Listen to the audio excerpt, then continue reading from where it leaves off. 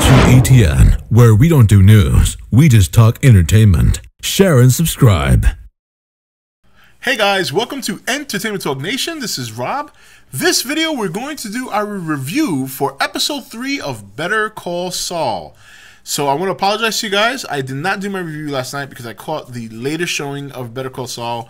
Once again, every time there's snow, it sets me back. I have a pretty strict schedule, so if I waste 2 hours shoveling snow or doing this, then it pushes everything back. So that's why things have been a little bit different the last couple of weeks in terms of doing videos like this, old school, and then doing a review a day later and stuff like that. But I did watch it. So one thing I got to say right off the bat is I like that they're making James to be a bigger person than what we remember, because my review last week, the first thing I said was, wow, this is going to be, he's going to take this, he reluctantly take this deal because of the money, and he didn't do that. He actually tried to do the right thing, but he got caught up in some shit again, because on one hand he wants to do the right thing, but on the other hand his ass is on the line. The only thing that saved him was him figuring out that the Kettlemens were on the run on their own, that they set the whole thing up. So now, very interesting developments on the show. We saw that Nacho obviously was going to do the job, but ironically, because James called the Kettlemens and warned them, he obviously got Nacho in trouble indirectly. So, you know, this episode, again, I think the focus, the biggest thing I got out of this one was that there's more to James than Saul Goodman. You know, like when we watch Breaking Bad, we remember Saul being this the shyster, you know, and it's not that he was a bad person, because he doesn't like, I really do believe, I don't think he'd want to see anyone die, but look, he wants to get money. The guy wants to get paid, and that's why we remember as a scam artist, a schemer, very intelligent, knows the law very well.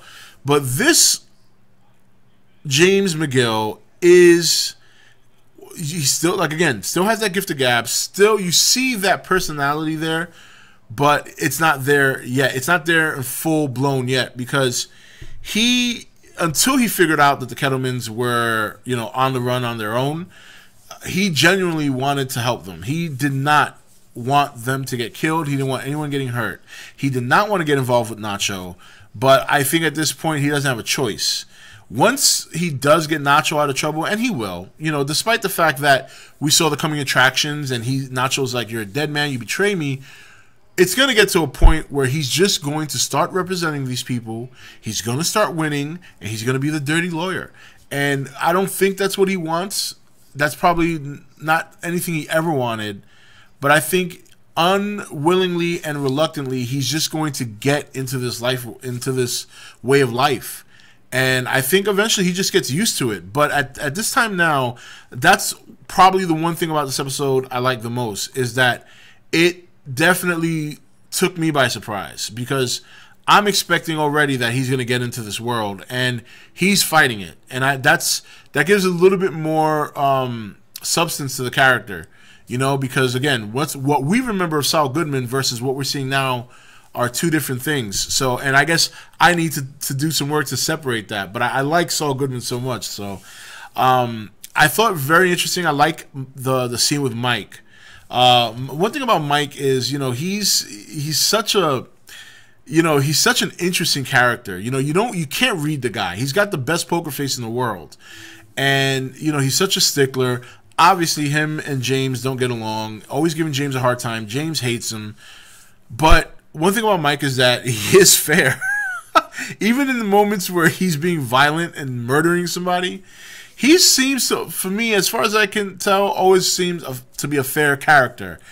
And I like that exchange with him and James on the stairway, almost like they had a moment. And of course, we know, watching Breaking Bad, that they probably have some history leading into Breaking Bad. So this could be the start of that. This could not. Who knows? But nonetheless, you know, it shows just how smart James is. He is a smart man. He is a good lawyer. It's just he hasn't put it all together yet to equal success.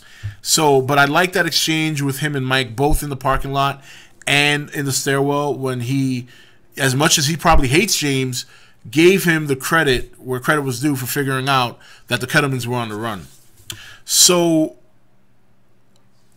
I gotta say, I'm definitely interested to see how this is gonna play out, because now he found the Kettlemens. I thought the episode was gonna end with him taking them in and the end of the story, but we see that next week's episode, Mrs. Kettleman is offering some money to just walk away, and once again, temptation.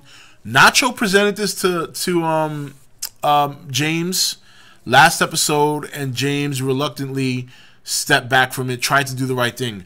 Now here's Mrs. Kettleman offering him another big lump sum of money to walk away. I'm sensing a pattern here. Is this something we're going to see going forward, that he's always going to get into situations where he's got an opportunity to get bought out, or an opportunity to make a large amount of money, but it's not legal? I mean, I think it's safe to say that eventually he's not going to walk away. This one, I'm going to predict that he will. I think he might still harness some bitterness to the Kettlemans for turning him down and going to Hamlin, but we'll have to see. I think it's going to be an interesting thing. It's a good show so far. It's very interesting. Bob Odenkirk is doing a solid job. I would be lying if I didn't say that I can't wait till he transitions into Saul. But you know, that could be something that's so long away. That could be like 4 or 5 seasons away. But nonetheless, I like how they're developing the character from a different perspective than what we're used to. And I like Mike being there. Obviously, Tuco's comeback is big. And this little element right now with the Kettlemans is a pretty good twist on crime, because these guys do not look like criminals. They're not hardcore. They have 2 kids. They're singing bingo in a tent. It's just, I mean, these writers come up with such interesting criminals. I mean, Walter White, chemistry teacher turned kingpin drug lord. So very, very interesting writing. Good job on those guys. And yeah, I'm very interested to see if he takes the Kettleman's offer or if he pushes it away. I'm gonna say he's pushing it away for multiple reasons. Number one, obviously he wants to free Nacho. Number two, I think he harnesses some bitterness towards not only Hamlin but the Kettlemans for going to him. And we'll see. We'll see what happens next Monday night when episode 4 of Better Call Saul debuts. Anyway, guys, that's it for this review. This is Rob signing off for E.T.N, where we don't do news, we just talk entertainment. Take it easy. Thank you for watching E.T.N. Don't forget to comment, share, and subscribe. Join the nation's Facebook page to meet other subscribers or visit E.T.N's Facebook page and Twitter page. Links for all are in the description.